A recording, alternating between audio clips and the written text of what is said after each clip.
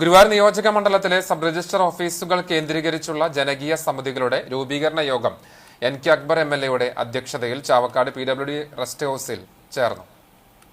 ജനങ്ങളുടെ പ്രയാസങ്ങൾ പരിഹരിക്കുന്നതിനും സുതാര്യമായതും വേഗത്തിലുമുള്ള സേവനങ്ങൾ രജിസ്ട്രാർ ഓഫീസ് മുഖേന നൽകുന്നതിനാവശ്യമായ നടപടികൾ സ്വീകരിക്കേണ്ട സംവിധാനമായി ജനകീയ സമിതികൾ മാറണമെന്ന് MLA യോഗത്തിൽ നിർദ്ദേശിച്ചു. അണ്ടത്തോട് രജിസ്ട്രാർ ഓഫീസിന് ആധുനിക രീതിയിലുള്ള കെട്ടിടവും മെച്ചപ്പെട്ട അനുബന്ധ സൌകര്യങ്ങളും ഉണ്ടെങ്കിലും കോട്ടപ്പടി സബ് രജിസ്ട്രാർ ഓഫീസ് വാടക കെട്ടിടത്തിലാണെന്നും ചാവക്കാട് സബ് രജിസ്ട്രാർ ഓഫീസ് സ്ഥലപരിമിതി മൂലം പ്രയാസത്തിലാണെന്നും ഇതിന്റെ അടിസ്ഥാന സൌകര്യം മെച്ചപ്പെടുത്തുന്നതിൽ ജനകീയ സമിതികൾ ഫലപ്രദമായി ഇടപെടണമെന്നും MLA കൂട്ടിച്ചേർത്തു. എല്ലാ മാസത്തിലും മൂന്നാമത്തെ ശനിയാഴ്ച രജിസ്ട്രാർ ഓഫീസുകളിൽ ജനകീയ സമിതിയുടെ യോഗം ചേരണം. MLAയുടെ അസാന്നിധ്യത്തിൽ രജിസ്ട്രാർ ഓഫീസ് നിലനിൽക്കുന്ന സ്ഥലത്തെ നഗരസഭാ ചെയർമാൻ അല്ലെങ്കിൽ പഞ്ചായത്ത് പ്രസിഡന്റുമാരുടെ അധ്യക്ഷതയിൽ യോഗം ചേരാനും തീരുമാനമായി.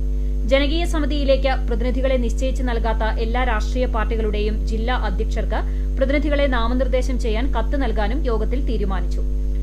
Chavakkad municipal chairperson Sheeja Prasanth, Guruvayur municipal chairman M. Krishnadas, Punnayurkulam panchayat president Jasmin Shaheer, Andathode, Kottappadi, Chavakkad എന്നിവയിലെ സബ് രജിസ്ട്രാർമാർ, ജനപ്രതിനിധികൾ, വിവിധ രാഷ്ട്രീയ പാർട്ടി പ്രതിനിധികൾ, ആധാരമെഴുത്തുകാരുടെ പ്രതിനിധികൾ എന്നിവർ യോഗത്തിൽ പങ്കെടുത്തു.